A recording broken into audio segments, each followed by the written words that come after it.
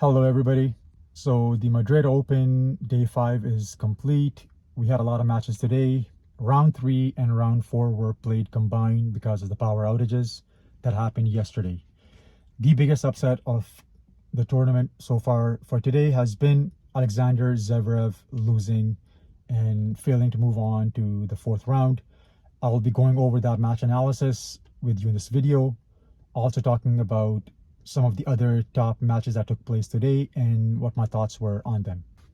So let's talk about the biggest news of today. That was Zeverev losing in the 3rd round.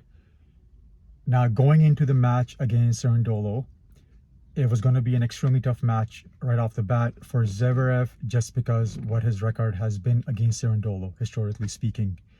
They recently played in Argentina Open, and that was a match on clay that Zeverev lost to Cerundolo, I believe, in the quarterfinals.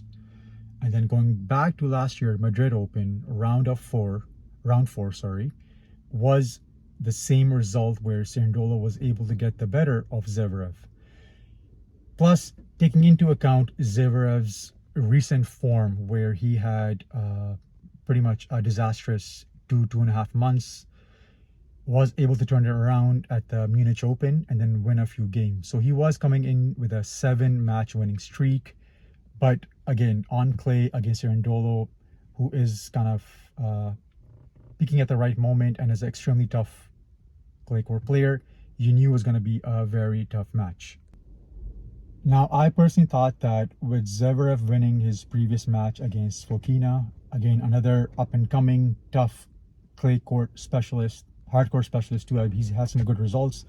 Him kind of getting that tough win in 3 sets was, to me, an indicator that this might be a turning point, mentally speaking, for Zeverev.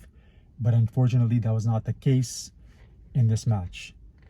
Now, quickly going over the match, what I noticed was the first set was actually a great set from both players. Zeverev played it tough, and just Cerundolo at the end was able to sneak out or steal the set, because Zeverev was at that, till that break point or that break serve, he was playing really well. But again, losing that set, going into the second set, I just felt personally that Cerundolo wasn't the one that was the aggressor, but at the same time, Zeverev wasn't kind of dictating the points. He was just returning serve, returning the points, just going side to side, and just being very flat. No aggressiveness in his shots, no attacking mindset, coming in as a number 2 player in the world and a clay court specialist, you can call him. I just felt like he was very, very flat. And now with this victory, Cerundolo has a 3-0 head-to-head against Zeverev, which is pretty incredible. I mean, knowing that the fact that Zeverev is number 2 ranked in the world, so he definitely has his number, especially on clay. Now, talking about Zeverev in particular. So for Cerundolo, his next match will be the quarterfinals against Mensik, who looked in fantastic form when he just finished his match against Bublik today as well.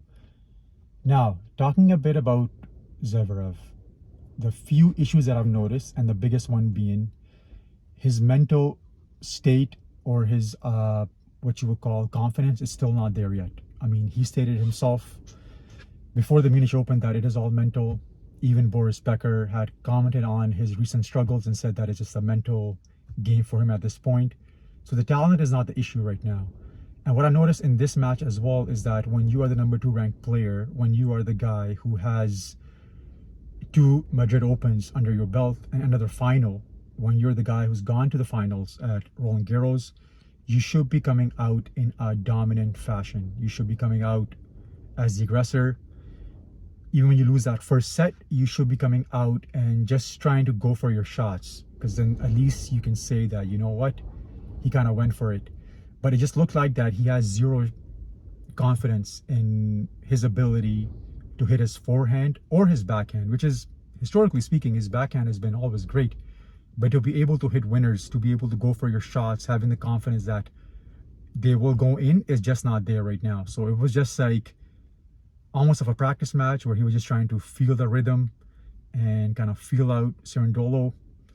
Not the best strategy, and honestly, going into Rome and Roland Garros, I'm not seeing how this will be Zeverev's year to turn it around. It just looks very highly unlikely. I mean, even though his number 2 ranking will be secure for now because he hasn't moved up or down and nobody else has been able to catch him, it is a bit of a concern because for a guy who is this good, shouldn't be struggling this bad this late into the clay court season. And going forward, so I think some major changes will have to be made from his point. Number one being, I think it's time for him to make a coaching change. He has had his parents who have been his coach for most of his career. He's had other coaches only for brief stints. And maybe somebody outside of his camp needs to come in who can actually change his mindset, because it's been the same thing with him since he's come into the tour. He's never progressed, never added anything else to his game.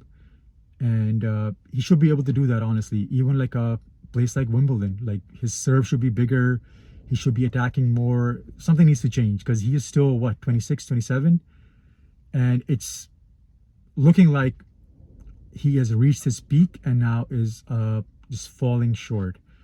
His number 2 ranking is secure for now. That's because last year as well, he was pretty good on clay.